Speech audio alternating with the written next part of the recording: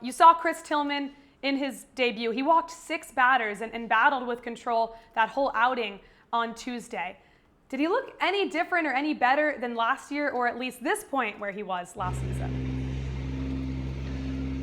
Unfortunately, Chris pretty much looked the same as he did last season, but the good news is it was one Grapefruit League start, 6 walks among 14 batters. There's no way to sugarcoat that. He was disappointed as well. Even though results don't always matter, especially your first start at spring training, he's made the club. He admitted that it was disappointing because he did want the results considering what he went through last season, just a historically bad year. And the fact that he was making his first start after signing that 1-year contract. He wanted to make a better impression than that, and he just didn't have his command. He said he threw a lot of 2-seamers that he doesn't normally do. He was missing down in the zone, so I guess that's a good thing, but he'd rather pitch up a little more. We'll see more 4-seamers next time. But it was very similar to the problems he was having last year. I think it's too soon to overreact, but if it continues, then we can start to overreact. All right, Roch, well, let's hope he can figure it out before the season starts. I know a lot of people are concerned about Chris Tillman and kind of being the Chris Tillman he was last season. But I want to talk about a guy that's getting a lot of attention for positive reasons this spring, Anthony Santander. This guy's been crushing it offensively. My question for you is that, has he shown Buck enough defensively with his glove to make him a regular for this season?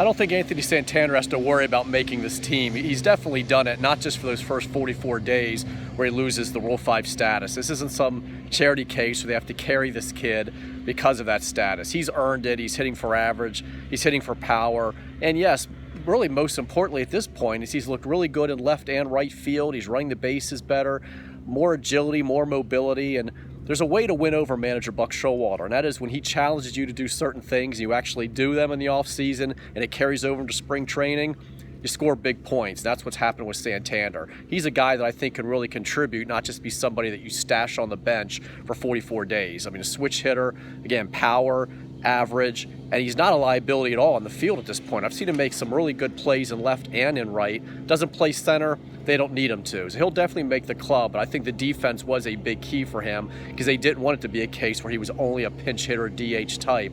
They have enough of those. They wanted him to be able to play in the field, and he's done it.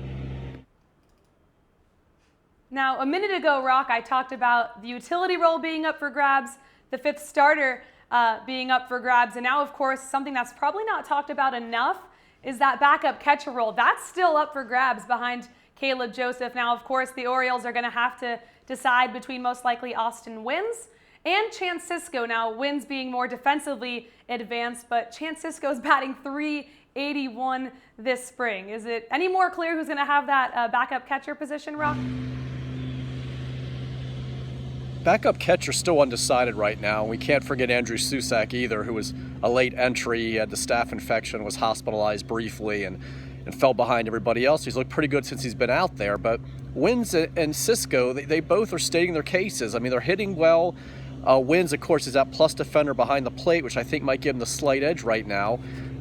He throws better than Sisco does, plain and simple. That doesn't mean that Sisco hasn't improved. It doesn't mean he just still doesn't deserve a shot. And he's got the higher ceiling. He's one of their top prospects, but they may decide they'd rather have him playing every day in AAA and continue to work on the defense, the throwing, instead of having him be a part-time player. On the other hand, the left-handed bat intrigues, and it certainly could benefit him to work every day with John Russell and to be around Caleb Joseph.